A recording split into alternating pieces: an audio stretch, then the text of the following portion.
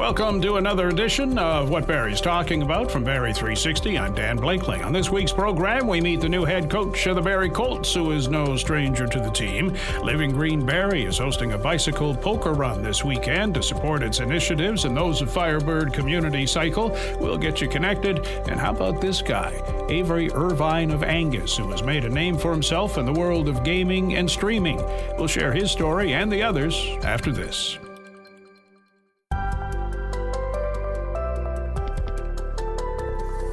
He played for the Barrie Colts from 2010 to 2012, returned to the team as an assistant coach in 2021. Dylan Smoskowitz recently named head coach of the team, allowing Marty Williamson to focus on his duties as vice president and general manager. Craig, Brian, and MJ, our friends down the hall on the Rock 95 morning crew, called him to say congrats. Did you know you were in the running? I knew that Marty and I had a great relationship. I knew that, he trusted me, and then we worked well together.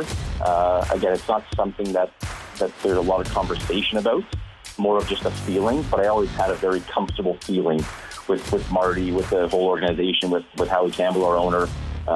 So I knew that maybe there was a chance, but again, it wasn't something that I was thinking about daily. Now, you're a young guy.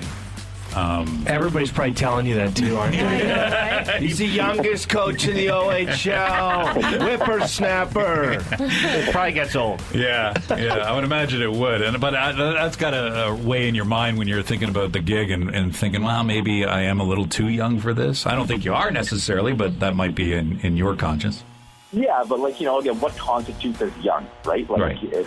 I've played for Barrie for 2 years. I've been playing in the OHL for 4 years, and I've been coaching the OHL and Barrie specifically for 3 years. So going to my fourth year, which is really my sixth year as a part of the organization. You sound like an old guy. Yeah, tell him right now, you're old. Blank, I know my stuff. You know what? As much as it's great to be a youthful coach, it's great having experience behind you as well. But one of the cool things, it's always coming back in the coach's office and today's game with how much not only the game, but the society has changed. And it's, sometimes coaches behind closed doors will say, oh, well, if this happened in my day, it wouldn't have gone like that. Well, the cool thing for me is that my day happened exactly like it's happening today. So I feel like it's much easier for me to connect today's players and today's athletes based off my experiences because what they're going through, whether it's on or off the ice in their personal life and their professional hockey life, I went through those same challenges, had those same triumphs. So, it's an easier adjustment for me to be able to communicate and get on the same level as the players. Colts had a great season last year, and unfortunately it didn't end the way we wanted it to end. Can you pinpoint on that series what went wrong? Once you get into a playoff series like that, it just takes one, small thing, whether it be negative or positive, to really kind of hit your stride or dig yourself a pretty big hole. Coming off that Game 7 win in the second round against Kingston, we were on a high, but the turnaround until the next series was very quick and immediate. So we had some banged-up bodies and some guys who probably needed an extra day or two of rest. And once we got behind Oshawa, especially starting at home, and then having to go into Oshawa for Games 3 and 4, that was a challenge. But I really think that double overtime loss in Game 3, that was obvious. If we win that game, we have the momentum. We got the win in their building. We probably win Game 4. We come back for Game 5 with home ice advantage, turning the series to a best of 3 while having 2 of those home games. Would have been much different, but they get that double overtime goal to go up 3-0. It was a tough one to come out of. Yeah, and it's always funny to look back on your team when also the other team played well. It's like, how did it go for you? Well, the other team, did play well. Yeah, exactly. You have to give credit always to the other team. Because you've been the assistant coach for a couple of years, the players know you, and we kind of want to know you as well. So Dylan Smoskowitz, is that the proper way to say your last name? It is. If you spell out the name and just sound it out as if you're like in grade 1 or 2 learning how to read, it sounds exactly how it's spelled. Okay, but are the players calling you that? What are they calling you? You got to have a nickname with a last name like that. Can I guess? Is it Smosky? Yeah. So it was funny. When I was a player, I was Smosky. I was a coach, I'm Smosk. I don't know what happened. Smosk. All right, well, I like that. That's what we want to call you, Dylan. Awesome. All right, I think that makes it easier. Okay, I've got a little quiz here, and you're just going to tell us which one you like more. So it's this or that, bench or start, because we want to get to know you as a coach, and you're a big culture guy, right? I'm a huge culture guy. That's exactly what the team is. Perfect. So we want to figure out your culture. This or that, Cotton Eye Joe or Sweet Caroline? Cotton Eye Joe. There we go. I love hearing that at the rink. Doesn't care for the No, I've heard that one too many times. Cotton Eye Joe is much, much better. There you go. What about socks and skates or barefoot? Oh, man. I don't know if you guys ever experienced the dressing room when majority of the players do not wear socks in their skates, but the smell is something that I can't even describe. So socks for sure. Black or white tape on the stick? Black. You got to hide the puck. Gotta hide the puck. Oh. And we're back to fundamentals. That's how I learned. That's what they said at the very beginning. Yeah. Perfect. And then front of the back of the bus for a road trip. So as a coach, you want to get as close to the front as possible because the closer you are, that's the more seniority you have. So as a head coach, you sit right in the front.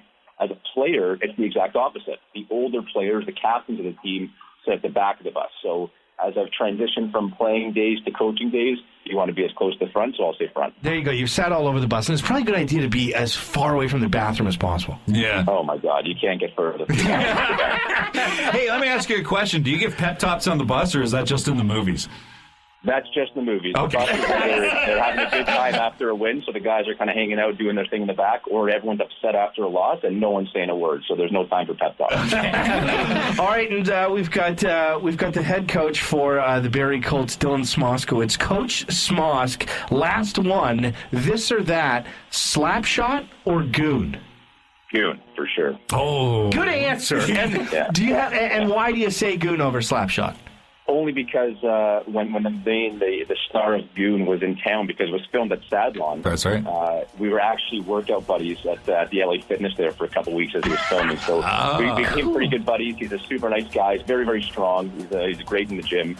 And just a really down-to-earth actor, so I appreciated meeting him for those couple of weeks. Oh, that's cool. That's the right answer. Yeah. Right Barrie answer. Yeah, and of course, if you see Goon 2, I mean, Rock 95 Zamboni's in the beginning. That's right, yeah. So we're part of that as well. Dylan, best of luck on the new season, and hopefully we can touch base a few times over the course of the year and find out what's going on with the Colts. Thank you, guys. Thank you very much for having me. It was a pleasure, and looking forward to listening to Rock 95 during the season. Rock 95 Morning Crew in conversation with Barrie Colts' new head coach, Dylan Smoskowitz. Living Green Barrie putting the pedal to the pavement this Saturday in its second annual bicycle poker ride. Living Green Chair Steve Schwarz joining us with the who, what, and why. We do it together with a not-for-profit Firebird Community Cycle. It ties in really well with both of our missions. We're an environmental advocacy agency, and Firebird Community Cycle is all about making cycling accessible to everybody. So they're about upcycling bikes and just making them available to a lot of people. Yeah, because we've heard poker runs and poker rides before. It's usually involving motorcycles, but this is people-powered. Yes, this is cycling. Where e-bikes are okay too. We're just really trying to get people around town in an environmentally friendly way so that they're riding. You could use scooters, e-scooters. It's really to get around without hopping in your car. Because, I mean, the first thing that people do usually if they have to get somewhere in town is like, I'm going to jump into my car. I got to get a couple of groceries. What we're hoping is that we start to change people's way of thinking that you can get around on your bike too, and it's a nice way to get around. It's safe. It's you feel good after doing it, and you'll be surprised at how many bike paths and bike routes there are throughout town. So how does this work? People sign up, teams of 4? Yeah, teams of up to 4. You can come as a solo rider if you like, but teams of up to 4. If you're a family, you can do more than 4. Even if you have, if you got 4 kids, you can sign up 6 people. All right. So how's it work? What's the deal? What am I doing? I got my family together. We got our bikes ready and polished, and now what? It's completely self-directed. So you're going around to designated stops, stores and businesses that we've spoken to. You stop in, you get a playing card. You can hit as few as 5 stops, and that will give you the minimum to do a poker hand. Or you can hit as many as we have, which will be somewhere around 20. We're just finalizing our last stops, and that gives you a much better chance at a good hand. And then at the very end of it, we have a bit of a party where we celebrate the winners and hand out some awards. And it's at One-Eyed Jack in the Wellington Plaza. So when I go stop by one of the partners and I get my I pick my card. You don't pick it. They give it to you? It's given to you. Otherwise, we'd have people putting together really good hands. So it's given to you. Yeah. And then you make the best hand you can. And, Yes. and as you say, it may happen the first 5 places you stop, or you may want to stop or you at can a few keep going others. for more and get a really great hand, and that gives you better chances at better prizes. What are you looking at trying to raise here? We're trying to raise funds for Firebird Community Cycle and for Living Green Barrie. It allows us to do the good work that we're trying to do. Charities and not-for-profits always need funds, so this is a fundraiser for us. We're also trying to give some support to local businesses, and we're trying to push cycling around town as a cleaner way to get around. And the 20 locations, are they spread all over town? Like They are not all like over in the town. south end or the north end or east or west? Yep, they're all over town. We last year we kind of focused a little bit more on the east end and just around the lake. This year we've kind of spread them out a little bit more. We had several teams that hit all the stops last year, so we wanted to make that a little bit more of a challenge. We even have a couple of out-of-town stops this year that for the really avid cyclists. So you're going to be in really good shape by the time you're done. You're going to be either in really good shape or really sore. Or wishing you were in really good shape. that's But you're right. going to have fun. You're going to have a great time. It's we had about 12 teams did it last year, and everybody loved it. The response was so positive. We had a lot of families doing it. We had people who were, cyclists already. We had people who hadn't biked that much, and everybody had a great time. So I expect this year to be even bigger and better. How do people get involved? Where do they sign up? They sign up at livinggreenbarrie.com. That'll take you to a link to sign up. It's easy to get in and get involved, and it's easy to play, and you're going to feel really good when you're done. You'll be out of breath, but you'll have helped a couple of good causes. Yeah, and you're going to have a ton of fun. The party at the end is just a nice time to chat about how the event was and stuff too. So. Awesome. Thanks for dropping by. Thank you. Again, the website to sign up is livinggreenbarrie.com. If you're a gamer or a streamer, you get it. If you're not, this might help you get it. Before he left Barrie 360 for new adventures, Will Conkin had a chance to sit down with gamer and streamer extraordinaire Avery Irvine of Angus. You're a gamer and content creator. That's kind of a cool mix of things. Yeah, kind of describe it. Yeah, I mean, obviously, as a kid, I was always trying to do things that were kind of hidden niches. I had my own YouTube channel at the age of 8. And I was coming out with a bunch of Minecraft videos, and I got bullied in school for it, and I deleted the channel, which nowadays I just think, why? Yeah, no, I've been playing games since I became sentient. For sure. And yeah, it's been an interesting ride. I've won probably thousands of dollars in competitions. I've been seen by 30 million people and counting. And yeah. What was your first kind of video game that you loved that really drew you into it? Because I know, especially with you being 20 years old, you were growing around that early 2000s. So that was kind of the really kickoff of this sphere of it, right? So my first memory of a video game was definitely Mortal Kombat. I can't tell you which number because there's so many. Thousands of them. But it was on the PS3, and I'd always get my butt kicked by one of my best friends. And I think I also played all of the Lego games. All of the Lego games you could possibly imagine. Lego Harry Potter, Lego Star Wars was one of my favorites. Nice. I love that one. Yeah. That one's one of my favorite. I'm a big Star Wars guy, so I love the Lego Star Wars, going around, breaking all the blocks and going through the levels and everything, collecting all the characters, all the classic characters and everything. It blew up again. Did it actually? Yeah, well, I they didn't came know. out with a brand new game, and it has all the games in one. Oh, so it's all It's compacted. it's the Skywalker saga or something like that. Okay. It was really well done. All the original maps, all the original everything. It was. And you played it? Oh yeah, I played it. I 100%ed that game in a week. Just binged it. Yeah. Just went for it. Okay, so there's a couple different kind of games that pop up in your mind from that childhood that really kick things off. When did you realize that you wanted to pursue gaming as a possible career going forward, or did it just kind of happen? So I think as a content creator now, you never know at the start. It's until you start streaming and you get a taste for the viewership, and then you also get a taste for the money, and then you sit there and you're like, oh, if I do this tenfold, I could actually have my own business here. And that's where it kind of got me, was after I was like, I wanted to do more. And there's always companies that are throwing out these competitions, although some may be predatory in a way. They're always a great way to get your name out there and like really start.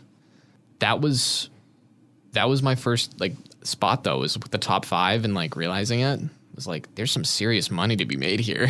Oh, for sure. Kind of went for it. Did you feel at all that you found a community? Because I know you said that you got bullied at a younger age. Do you feel like you found a community, like this was your space?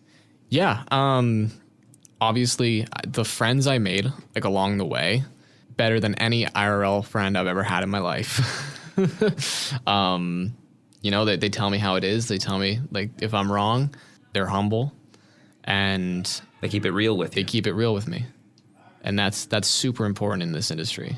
Because if I'm going to do something wrong, you need to tell me, because I don't want to end up on everybody's Twitter boards the next day. For sure. So you stream on like Twitch? Yeah. Is that what you normally, or your biggest thing that you stream on? Yeah. So it was kind of a confusing time for me because I didn't know whether to go to Twitch or Kick, because the pay splits are super different.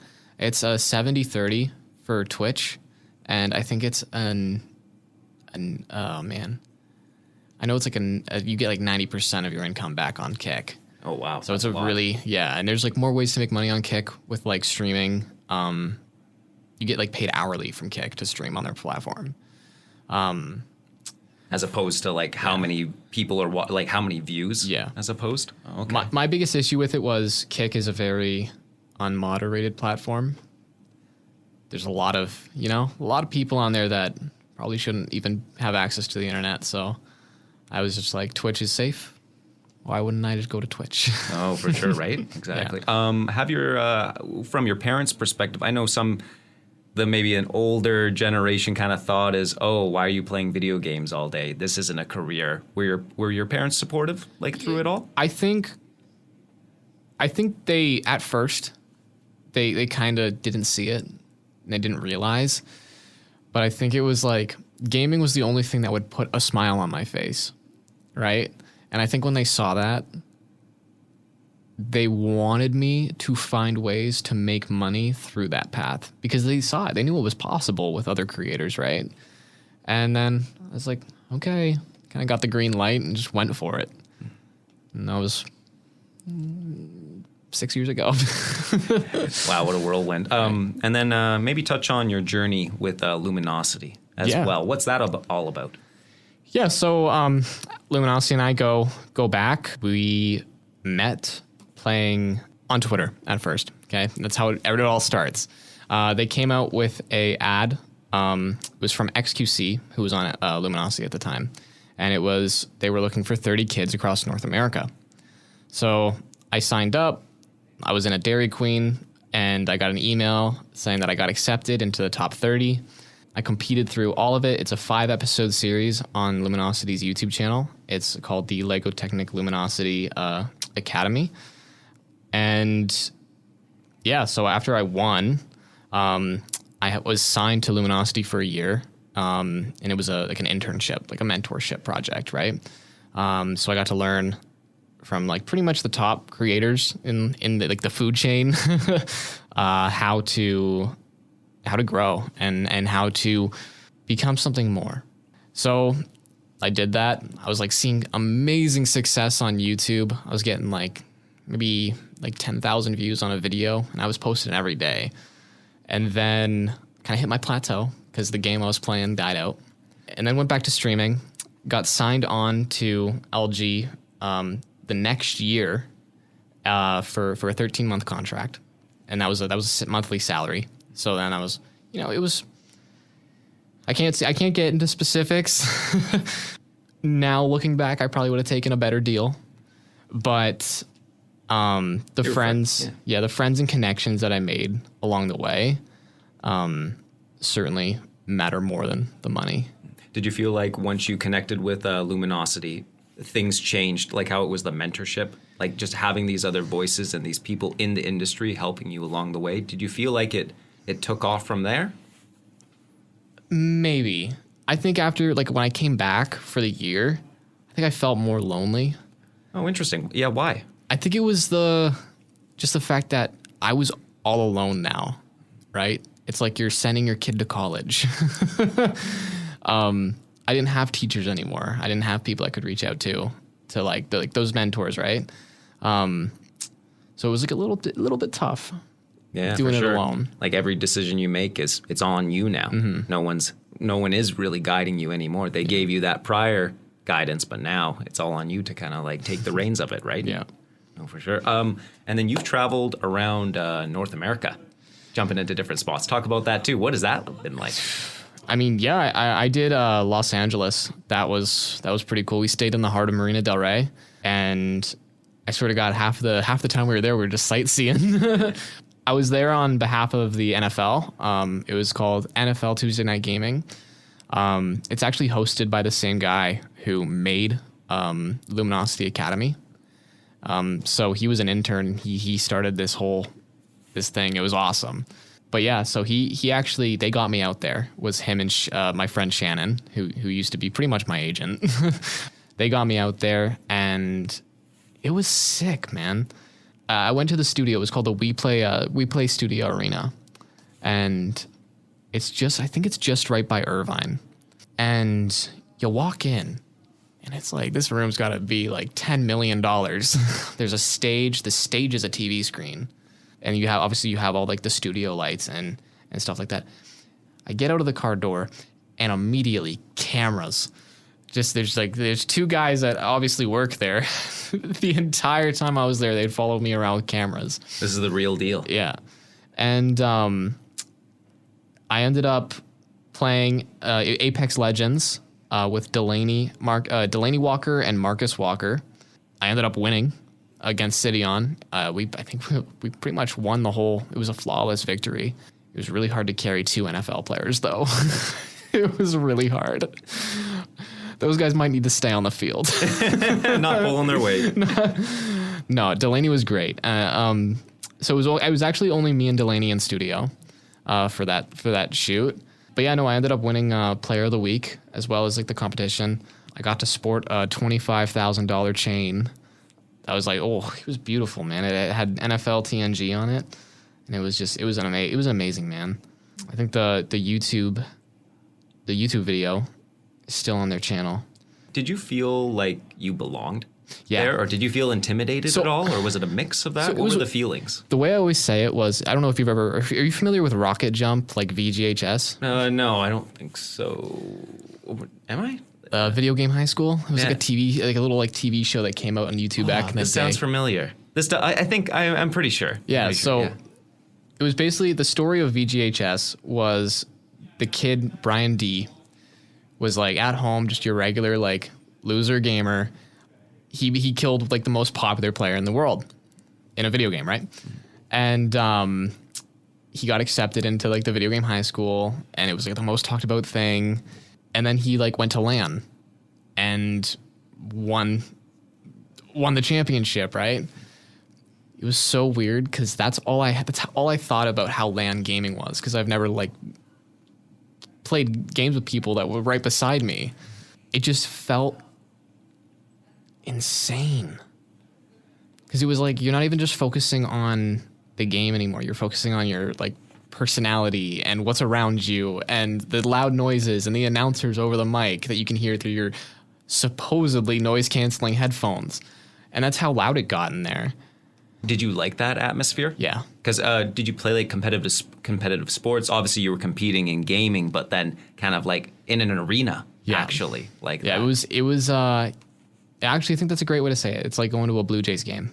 Like you, you feel it's totally out of the norm. I can't explain it. I was just locked in. Like yeah, it sounds like you performed. Yeah. Like when the lights were bright, you performed. You grabbed that opportunity. Mm-hmm. I think it started at the walkout. So before it started, like we had to do obviously for the show. Me and Delaney did a walkout together, and before we walked out, I looked at him and I said, "Are you not nervous for this?" He's like, "Dude, you don't do like 14 Super Bowls and be nervous." I was like, oh, yeah, I guess you're right. And that's kind of where it clicked that I'm this kid from Angus in Los Angeles next to Delaney Walker about to do a stage walkout with him. And it was just like, it really clicked in, and like, it was a humbling experience without a doubt. Like it was, I will be forever chasing that high. Yeah. From it. And touching on that, what did it feel like to represent Angus and Simcoe County, Barrie, coming from here, from little old this area to the biggest stage? I think I was still in school. I know Simcoe County District School Board did an interview with me for when I won the academy, and then it's weird because there was one time I was at not McDonald's, like Timmy's or something. They were like, "You're that kid." I was like, "Yeah, that's like me." Someone came up to you and said that like, to you at the window, and they were like, "You're that kid. Like you're on Luminosity." Yeah, I was like, "Yeah."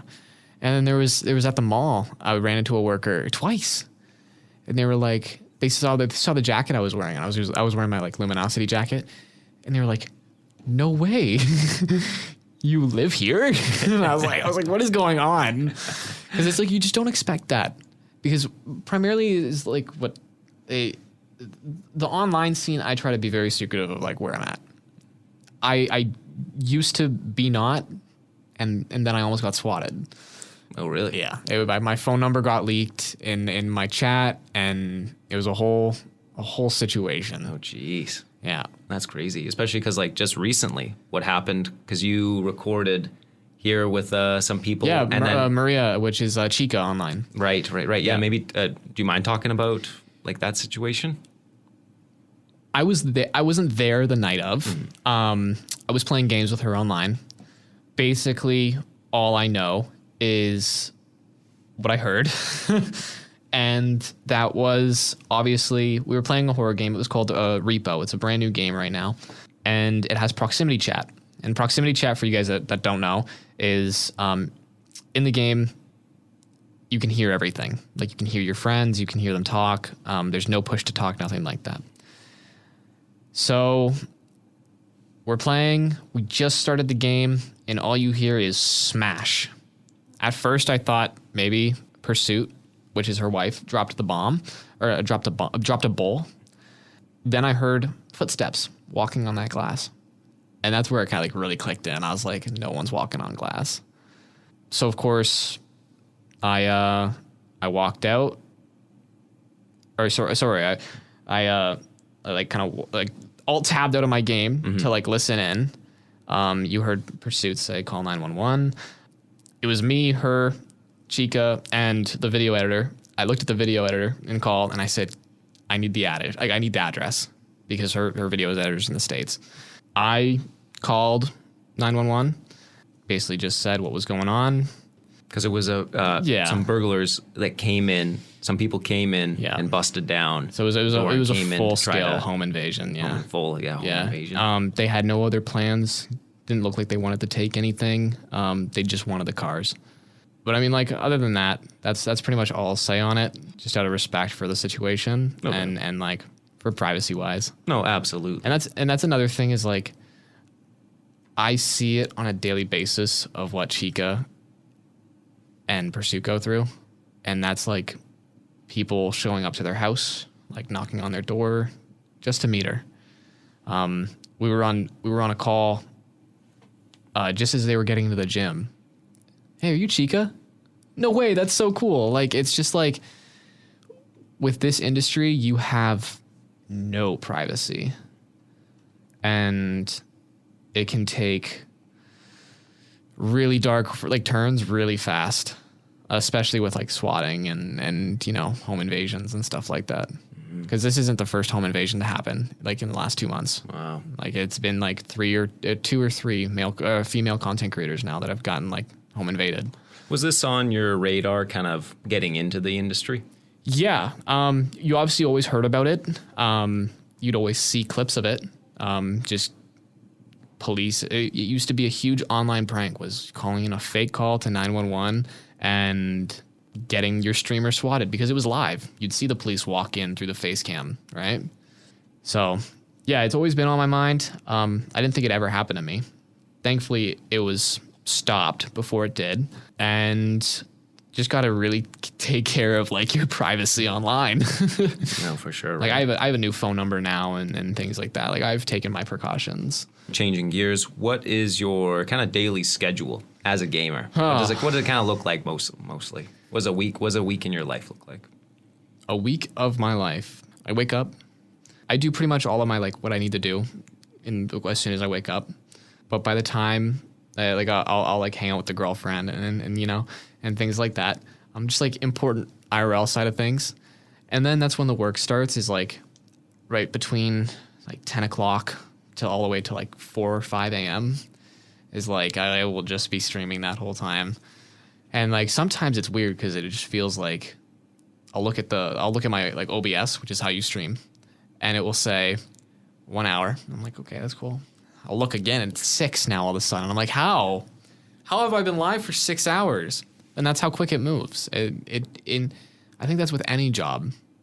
If you look at the time and it's gone by that fast, then you're loving what you're doing, right? Have you worked any other jobs, or has this been it since? Yeah, so I did work at a wood and epoxy resin company as a videographer. I worked there. It was 31 days, and I got laid off. Womp. And then before that, I also worked at McDonald's, and I worked downtown Barrie at most of the bars. I think there was like Hooligans. I did work with the alley through like a third party, and then a scent lounge, and yeah. Nice, a little bit of mix, but gaming was the one. Gaming was the one. So what's your next big goal in your gaming career? Next big goal. Yeah, I think viewership. Just continue to grow it. Just continue. One thing that I've really learned right now is that this industry, leverage. If you don't have leverage, you probably won't get anywhere. And that's one thing that like obviously like my continuous breaks through streaming and like through my online content creation definitely damaged my leverage a little bit. But that's why we rebuild. That's why you keep on going. What message would you share to other aspiring gamers about the industry? Doesn't even have to be inspiring, but what did you learn from it? And then what should maybe other people know? Yeah, especially, those younger people. I mean, if you use gaming as an escape, you know, you get home from your 9 to 5, or you just want to hop on Fortnite with the boys. And if you have always had that thought in the back of your head to where you would want to do this for however long and maybe start a business out of it, do it. Nothing is stopping you except for yourself. I know support goes a long way, and I know that like most parents don't want their kid in front of a screen 24/7. My parents did it. I turned out great. There's a lot of money and a lot of friends to be made in this industry. I don't know. I'd shoot for the stars. That's what I did. Absolutely. Do you kind of like how you said about using leverage? Do you feel like everyone's path is different in the industry? Yeah, there's this one content creator. His name's Kai Cenat. Overnight sensation. And I'm pretty sure he was an overnight sensation strictly because a mouse ran out from under his setup. And like that was the clip. Like just to become like an overnight sensation like that over that clip, and like with TikTok now and with these algorithms I was just about to say with social media. You could wake up tomorrow a millionaire. And everyone in the world know who you are. Just overnight, right? Just overnight. Took one mouse. Took one mouse for this guy. Does that scare you at all? Like that power? Yeah. Or do you see it as opportunity as well? I see it as a mix. Because when you put something out on the internet, it goes to both sides. You're going to get negative comments and you're going to get positive comments. And sometimes, yes, the negative does outrank the good. The way I've always looked at it is the negative and positives. It's engagement. it's engagement on your post no matter what. It is the same thing. Yeah. So I don't pay any attention to it. Is that what maybe you want to tell other young gamers too, who maybe get discouraged by seeing those negative comments? Yeah. You know, when I was in elementary school, I had a YouTube channel. I used to post Minecraft videos, weren't even edited. It was just like good old fashioned YouTube. You just upload. I had this kid in my class, and he would try. He made his own YouTube channel. We had like YouTube subscriber battles. I ended up winning. Just so everyone knows. Just so everyone knows. You just gotta don't care what anybody says. If you have a passion, just go for it. Yeah. Like you said about the shoot for the stars. Yeah, because really, like, everybody has their own thing. Being normal, I've learned, isn't fun. So be different. You know, I've always said this. This is kind of my motto. It actually ended. This is how they ended the last episode of the Academy. It was actually me saying, "Put the work in, have the effort, and have the heart." I live by that, man, because it starts with you, and you have to really believe in it. Y'all got this. Thanks for coming in. If anyone wants to follow you, give us your handles. How can they follow you? Yeah, I'm live on Twitch 10 p.m. to 2 a.m. pretty much, sometimes later. It's twitch.tv/proxy. You can follow my Instagram, which is AveryJPEG, JPEG. And my TikTok is Proxy Live. That's PROXEHLIVE. And that's our program for this week. Thanks to Will and the Rock 95 morning crew for their input, to Matt Latter for his technical expertise, and to you for listening. If you like what you've heard, please subscribe to What Barrie's Talking About, rate it, review it. You can also keep up with What Barrie's Talking About on Blue Sky and X at Barrie360, on our website Barrie360.com, and there's our daily Kickstart podcast available from any streaming service and on our website. I'm Dan Blakeley. Hope you'll join us again next week.